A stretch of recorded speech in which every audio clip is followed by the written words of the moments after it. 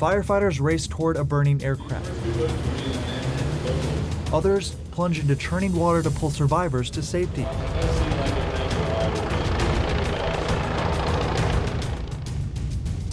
But it's all training. This is North Carolina's Emergency Training Center. Hit, even veteran crews were pushed to their limits. I think initially we didn't really have, at least locally, the expectation that it was going to turn into the event that it was. But with that being said, we plan for those worst case scenarios all the time. Chief Department oversees one of North. When Helene hit, 14 Haywood County. It was the longest mission. Typically our responses are 7 to 10 days is usually what we plan for. So a 25-day response was new to us. But because we had considered the worst case scenario previous, we were prepared to do those personnel rotations.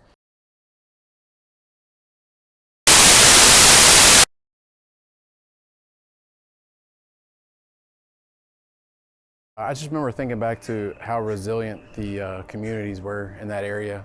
We would come in pretty early on after the storm, and there would already be community members clearing roads and getting bridges back, and really taking care of their community. And I found that to be really heartwarming to see.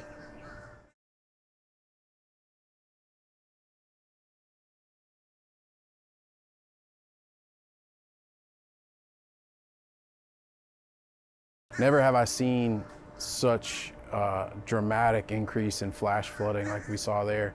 The waters came and went, and what was really stunning was the way they just carved the environment after they left. It was truly humbling to see. Some locations that will experience flash flooding include Beta, New London, Stanley County. Then most of those over.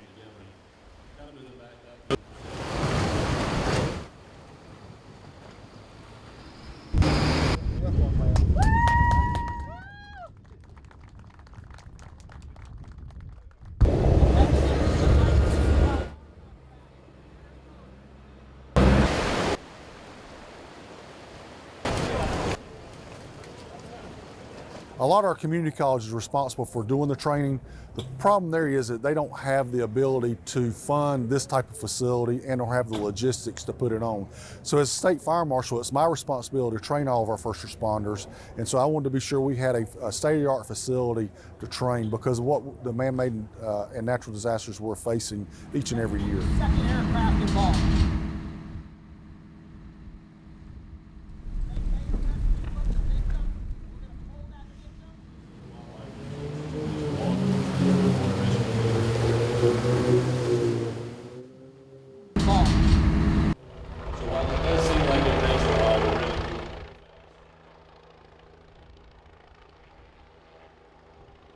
We actually have had real life incidences where people have operating the boats not properly trained, that have turned the boats over, have injured folks.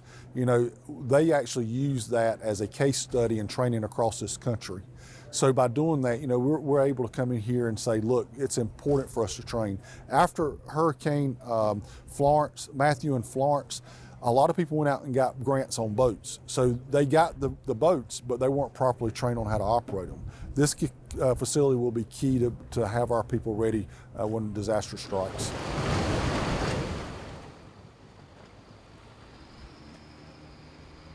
We've never seen this type of water movement on the landslides and coming off the hills. So they said this facility will really enhance our response in the future.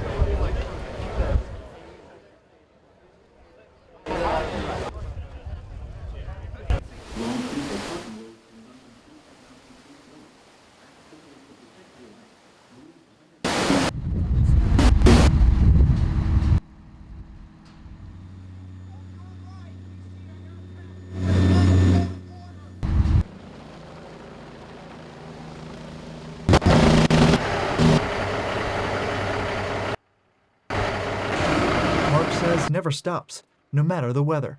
We plan for those worst case scenarios when the sun is out and it's 70 degrees and there's a blue sky. So that's when we're training, that's when we're preparing. So from that perspective, I always want more opportunities to prepare our personnel. But with that being said, I do think we do a good job of leveraging all the resources that are available to us.